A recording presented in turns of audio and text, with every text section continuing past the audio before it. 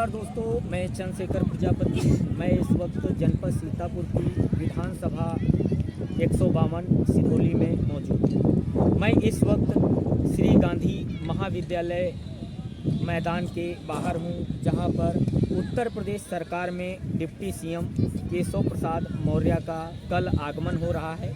इसी मैदान से केशव प्रसाद मौर्य आप हमारे पीछे देख रहे हैं, स्टेज लग रही है, पीछे कुर्सियाँ जो है आ चुकी हैं। यहाँ पर एक बड़ा सा टेंट लगेगा और मैं कैमरामैन से कहूँगा आप इस तरफ जाएंगे। यहाँ पर आप देखेंगे कि एक हेलीपैड तैयार किया जा रहा है। इसी स्थान पर उत्तर प्रदेश सरकार में डिप्टी सीएम केशव प्रसाद मौर्य का हेलीकॉप्टर उतरेगा। उसके पश्चात स्टेज पे जाएंगे। स्टेज पे जाने के बाद वो एक चुनावी जनसभा का संबोधन करेंगे। विधानसभा क्षेत्र सिधौली में एक प्रकार से भारतीय जनता पार्टी के कार्यकर्ताओं में उत्साह है। यहाँ पर भारतीय जनता पार्टी के उम्मीदवार मनीष रावत को बनाया गया है। मनीष रावत भारतीय जनता पार्टी के उम्मीदवार हैं, जो पहले इसके पहले जो है समाजवादी पार्टी में थे, परंतु अब वो भारतीय जनता पार्टी में शामिल हो गए हैं। उन्हीं के समर्थन में केशव प्रसाद मौर्य यहाँ पर आ रहे हैं, एक चुनावी जनसभा का संबोधन करेंगे। आप लोगों को यहीं से हम पूरी केशव प्रसाद मौर्य की जनसभा को अपने चैनल न्यूज़ स्पंदन से लाइव दिखाएंगे। अब हम यहाँ पे देखते हैं, इस मैदान की तैयारी में बहुत से कार्यकर्ता और युवा लोग आए हैं। उनसे हम जानते हैं क्या है उनकी राय। क्या जनपद सीतापुर के विधानसभा सिधौली में 41 साल के बाद कमल खिलेगा, या ये ज़मीन इसी तरह रहेगी जहाँ पर सपा और बसपा का गढ़ रहा है। देखते रहिए हमारा चैनल न्यूज़ स्पंदन।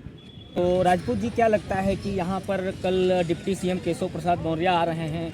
क्या लगता है 41 सालों के बाद जो है बीजेपी आएगी? बीजेपी आएगी? हाँ, बिल्कुल आएगी। तो कार्यकर्ताओं में उत्साह है। किस आधार पर आप कह सकते हैं कि अब तक यहाँ पे सपा बसपा का गढ़ रहा है और इस बार जो है मतलब जो है कमल खिल जाएगा? बिल्कुल खिलेगा, क्योंकि ऐसा काम हुआ है यहाँ सिधौली में सीएम योगी आदित्यनाथ के द्वारा।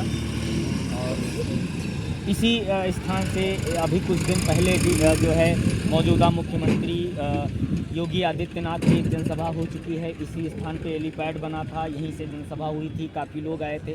और क्या लगता है कि कल भी ये जो है विधानसभा क्षेत्र सिधौली में इसी स्थान पे आएंगे तो आप मौजूद रहेंगे? हाँ, बिल्कुल होंगे। और यहाँ पर ग्राउंड छोटा है, इसको और इससे बड़ा हो जाएगा, उससे ज़्यादा इसमें जनसंख्या है, इससे ज़्यादा बिल्कुल आएगा। ठीक है। बात क्या लगता है कि कल यहाँ पे डिप्टी सीएम केशव प्रसाद मौर्य आ रहे हैं, तो आप यहाँ पे आए हैं, क्या कहेंगे? विधानसभा क्षेत्र सिधौली की जनता का क्या मूड है यहाँ का कि अपनी बार बीजेपी का विधायक हर हालत में 101% बनेगा। 101%? 101%।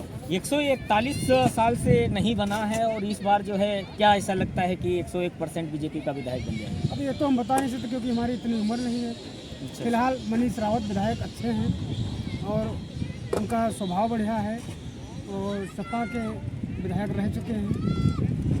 तो ये बताइए कि यदि मनीष रावत की वजह से यहाँ पे सीट निकल जाएगी या फिर भारतीय जनता पार्टी की नीतियों के आधार पर निकलेगी? नहीं, दोनों। भारतीय जनता पार्टी की वजह से निकलेगी, मनीष रावत के वजह से भी निकलेगी। अगर जो मनीष रावत साइकिल में होते तो क्या साइकिल निकलती? तब तो हम बता नहीं सकते। तब तक आप नहीं बता हाँ। सकते। ठीक है, बात करने के लिए। हाँ, क्या लगता है कि इस बार यहाँ पर 41 सालों के बाद सिधौली में जो है कमल खिलेगा या फिर हाथी साइकिल का ही वर्चस्व? नहीं, हाथी साइकिल लड़ाई में नहीं है। कमल 41 साल बाद रिकॉर्ड टूटेगा, कमल खिलेगा। और यहाँ नहीं, सीतापुर की 9 की 9 सीटें निकलेंगी और भारतीय जनता पार्टी 350 पार। कोई लड़ाई में नहीं हो। लेकिन पिछले चुनाव में भी ऐसा लग रहा था कि 9 की 9 सीटें हो जाएंगी, लेकिन सिधौली और महमूदाबाद निकल गई थी उनके हाथों से। कुछ कारणवश नहीं हो पाई थी, लेकिन अब की बात पुनः 9 की 9 सीटें निकलेंगी। लेकिन विधानसभा क्षेत्र सिधौली में तो बसपा जो है उप विजेता, मतलब जो है यहाँ पर उप विजेता भी बीजेपी नहीं हो पाई थी, तीसरे स्थान पे गई थी। इस पर आप क्या कहेंगे? हम ये आपकी बात मान रहे हैं, लेकिन सभी लोगों को याद रखना होगा। यहाँ पे 2017 में सपा नहीं जीती थी, बसपा जीती थी। बाकी बाकी बाकी स्थिति आप समझ रहे हैं, हम नहीं कहना चाह रहे हैं, लेकिन अब की बार 41 साल के बाद यहाँ पे रिकॉर्ड टूटने जा रहा है, कमल खिलने जा रहा है और भाजपा 350 पार है। भाजपा 350 पर। क्या नाम है आपका? नीरज सिंह।